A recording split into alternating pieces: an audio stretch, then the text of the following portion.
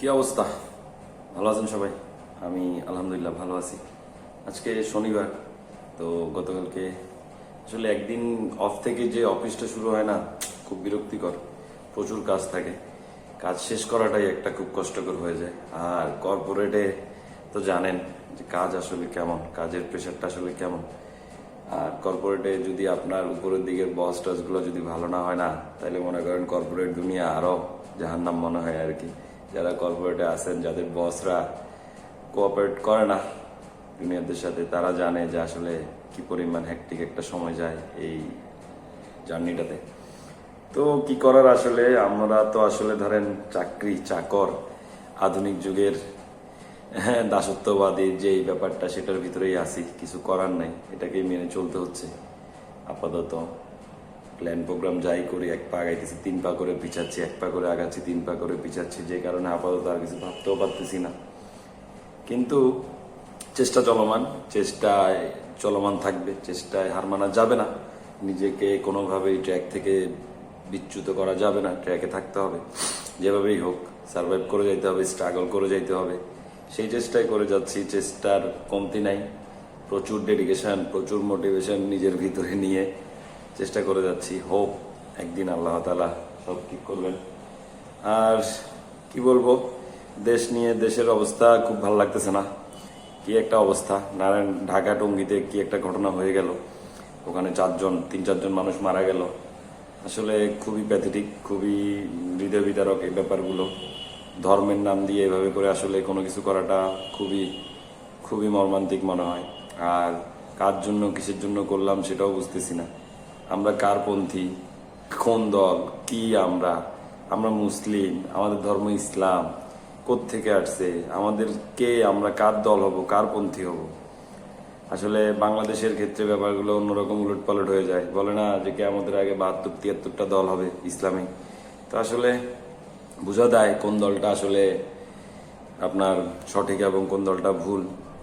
যতটুকু চেষ্টা করি নিজের নিজের বিবেক, নিজের যতটুকু জ্ঞান বুদ্ধি আছে ওইটাকে কাজ করে, ওইটাকে কাজে লাগিয়ে যতটুকু সম্ভব চেষ্টা করি সংযত থাকার।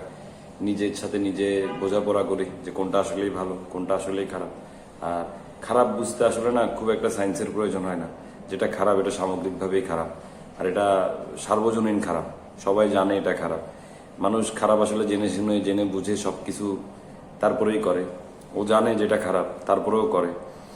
আমরা মানুষ আসলে নিষিদ্ধ জিনিসের প্রতি আমাদের কি বলে এই চাহিদাটা বেশি, নিষিদ্ধ জিনিসের প্রতি আমাদের আগ্রহটা বেশি। আমরা বারবার নিষিদ্ধ জিনিসের প্রতি ফিরে যাই, যে কারণেই পৃথিবীতেও সেম। আমরা নিষিদ্ধ যে জিনিসগুলো, যেগুলো খারাপ, সেগুলোর প্রতি আমাদের আগ্রহটা বেশি, আমরা সেগুলোর প্রতি অগ্রসর হয়ে বেশি। কিন্তু এর ভিতর থেকে ভালো মানুষ তো অবশ্যই আছে, ভালো মানুষ না থাকলে তো আর পৃথিবী টিকে থাকতো না।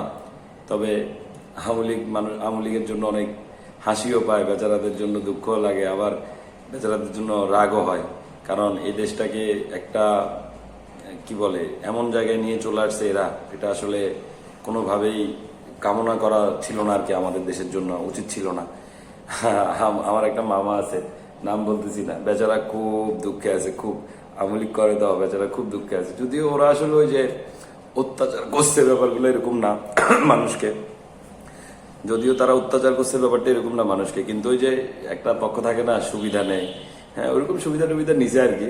বাট বেচারা খুব দুঃখ কষ্ট থেকে স্ট্যাটাস দেয় এখন প্রতিদিন, আমাদের ইউনুস স্যারকে নিয়ে, আসিফ নজরুল স্যারকে নিয়ে, তারপরে ওই যে কি বলে যতগুলা মানুষ মানে এই সরকারের পক্ষে কথা বলতেছে, হ্যাঁ এদেরকে নিয়ে প্রচুর স্ট্যাটাস, প্রচুর কিছু। বেচারার মনের দুঃখ, কয়েকটা স্ট্যাটাস আপনাদেরকে পড়ে শোনাইতে পারলে ভালো হতো। 2 দিন আগে মনে আছে যে ওই যে যশোরে একটা ভিডিও ভাইরাল হলো, যে হামাসের মানে সাজসজ্জা করে কয়েকটা মাদ্রাসার ছেলেপেলেরা যেমন খুশি তেমন সেজে স্টেজে বক্তব্য দিছিল।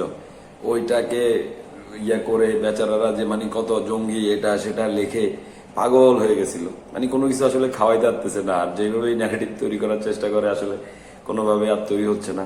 আমি বললাম আর কি বাবাকে, আপাতত বাবা 30-40-50 বছর অফ যান, 50 বছর পরে চিন্তা ভাবনা করেন আসলে কি হয়। যদিও হাসতেছি, কিন্তু ব্যাপারটা আসলেই ছিলি না। ভারত যেভাবে উলঙ্গ সমর্থন দিচ্ছে আওয়ামী লীগকে, এটা আসলেই একটা খুব চিন্তার বিষয়।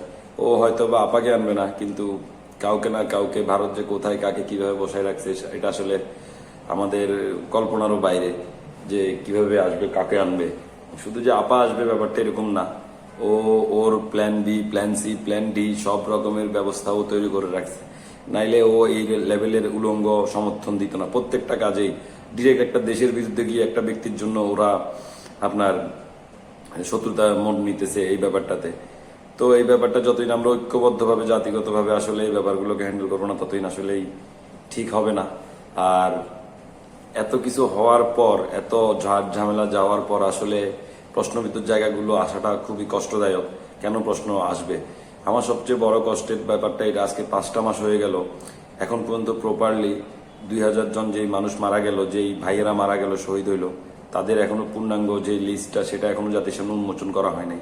তাদের পরিবারকে রাষ্ট্রীয়ভাবে কোনো ধরনের সম্মাননা দেওয়া হয় নাই। কি এমন প্রতিবন্ধকতা আছে যে এই সকল সব ফ্যামিলিকে রাষ্ট্রীয়ভাবে একটা রিকগনাইজ করানো যাচ্ছে না, একটা পরিচিতি আনানো যাচ্ছে না পুরো জাতির সামনে? কেন ওদেরকে রাষ্ট্রীয়ভাবে ঢাকায় নিয়ে গিয়ে সম্মাননা প্রদান করা হচ্ছে না? আমরা আসলে এই জিনিসগুলোর দিকে যদি না ফোকাস করি না, কখনোই না আমাদের দেশটা ঠিক হবে না। আমাদের দেশের ছেলে মেয়েরা যদি কখনোই এটার প্রতি পলিটিক্স বা দেশের প্রতি যদি ইনভলভ না হয়, আসলেই দেশটা ঠিক হওয়াটা কষ্টকর। আর বর্তমানে যে প্রেক্ষাপট তৈরি হয়েছে, যদিও বিএনপি বা জামায়াত যেভাবে ওদের দলগুলোকে ট্যাকেল করছে, আমি তারেক রহমান স্যার এবং জনাব শফিকুর রহমান স্যার যিনি আছেন জামায়াতের আমির, ওনাদের ধন্যবাদ জানাই। কিন্তু প্রেক্ষাপট ওনারা যতই কন্ট্রোল করার চেষ্টা করতেছে, কিন্তু নিচের দিকে এমন কিছু কি বলে আতি নেতা, পাতি নেতা, ছাতি নেতা আছে যারা আওয়ামী লীগেরই কিশোর গ্যাংয়ের যে ছেলেপেলেগুলো তাদেরকে পেট্রোনাইজ করে এখন তারাই বিভিন্ন এলাকাগুলোকে দখল থেকে শুরু করে আদার্স ব্যাপারগুলোকে কন্ট্রোল করানোর চেষ্টা করতেছে এবং ভয়ভীতি থেকে শুরু করে সবকিছুই করানোর চেষ্টা করতেছে।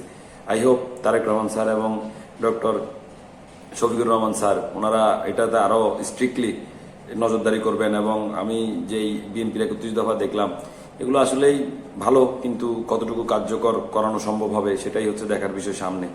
যদিও এখনো বিএনপি ক্ষমতায় আসে নাই, ভোটের ব্যবস্থাপনার দরকার আছে, যে আমাদের ভোটের ব্যবস্থাপনার দরকার আছে। তো নির্বাচনটা আসলে সহজ হবে না। সবাই আসলে অবজার্ভ করতেছে আপনাদেরকে, আপনাদের কথাকে অবজার্ভ করতেছে, আপনাদের আশেপাশের দলের মানুষদের কর্মকাণ্ডকে অবজার্ভ করতেছে। প্রত্যেকটা কর্মকাণ্ড কিন্তু আপনাদের ভোটের উপরে ইফেক্ট করবে, এটা একদম সঠিকভাবে আপনারা মাথায় ঢুকাই নেন। এটা একদম মাথা খেতে ফেলতে হবে আপনাদেরকে। যদি ভোট হয়, ভোটের মাধ্যমে জিততে হয়, আপনাদের কর্মকাণ্ডকে ঠিক করতেই হবে, নাইলে একদম ডিরেক্টলি আপনাদের ভোটে ইফেক্ট করবে এই ব্যাপারগুলো। আর ইদানিং এর ভিতরে আমাদের প্রিয় সাংবাদিক ইলিয়াস ভাই এবং পিনাকি দাদার ব্যাপার স্যাপার নিয়ে অনেকেরই অনেক মনে প্রশ্ন, ওরা কি এই সেই। হায় রে ভাই, ওরা ওদেরকে প্রমাণ করেছে, আর প্রমাণ করার কিছু নাই ওদের। ওদের প্রমাণটা যা করছে, ওরা বাংলাদেশের জন্য যা করছে, ওদের জীবনকে ঝুঁকি নিয়ে যা করছে, এটা আর কেউ করে নাই। স্বয়ং যারা এখন উপদেষ্টা আছেন না, তারাও করেন নাই। তাদের পরিবার, তাদের ফ্যামিলি, তাদের সম্পত্তি, প্রত্যেকটা জিনিসের উপরে তাদেরকে ক্ষতিগ্রস্ত হইতে হয়েছে। কোনোভাবেই তাদেরকে, আমি তো আশ্চর্য হই কেন এখনো ওনাদেরকে বাংলাদেশে এনে আপনার কি বলে জাতীয় বীর হিসেবে পরিচয় করা দিচ্ছে না সরকার। এটা আসলে কোনোভাবেই মেনে নেওয়া কষ্টকর। ওরা যে রোলটা প্লে করছে গত 20 বছরে, এটা আসলে ওনাদেরকে সেলুট জানান, ওনাদেরকে ধন্যবাদ দেন।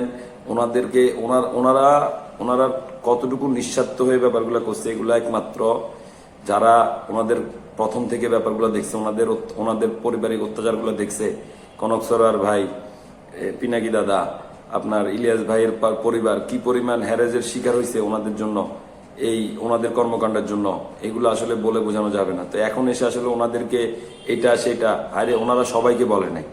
ওনারা যাদের নামগুলা বলে না, নামগুলার পিছনে আপনারা টোকাই দেখেন না, টোকাই দেখেন, তারপরে দেখবেন কি আছে না আছে। আর সবচেয়ে বড় কথা, উনি একটা ক্লেম করছে, আপনি আপনার কর্মকাণ্ড, আপনার মুখ, আপনার যে কথা বলা আছে সেটা দিয়ে আপনি সেটাকে ভুল প্রমাণ করান।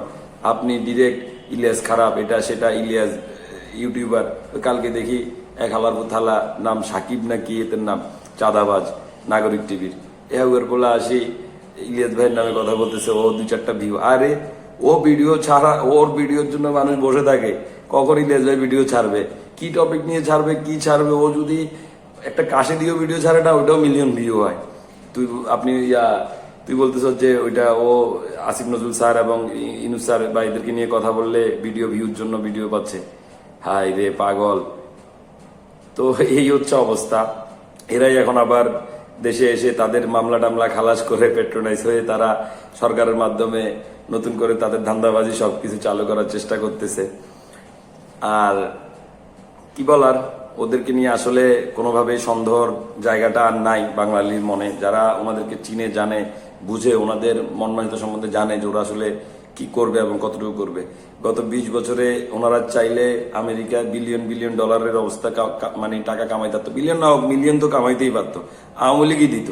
কিন্তু তারা ওইটার উপরে লাথি মারছে এবং নিজেরা পরিশ্রম করে নিজেদের টাকা আর্ন করছে।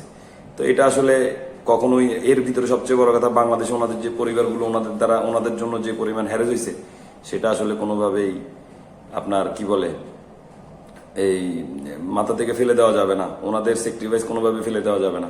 আমি আশ্চর্য হই যে বাংলাদেশ এখনো কেন তাদেরকে জাতীয় বীর হিসেবে ঘোষণা করতেছে না, কেন ওনাদেরকে বাংলাদেশে আমন্ত্রণ করে এনে তাদেরকে তাদের সঠিক মর্যাদা দিচ্ছে না। এটা আসলেই কোনোভাবে কাম্য না, কোনোভাবেই কাম্য না।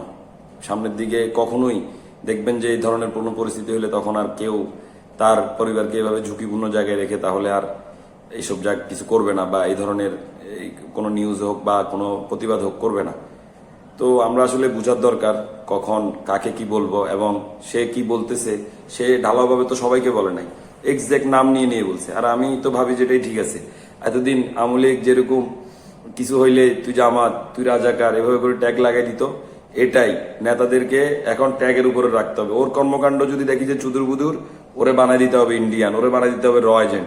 দেন ওর কর্মকাণ্ড পরিষ্কার করবে মানুষের সামনে, তার যেই মোটিভ, তার যেই কি বলে ইন্টেনশন, সেটা ক্লিয়ার করবে, দেন বাঙালি অ্যাকসেপ্ট করবে, এর আগে না।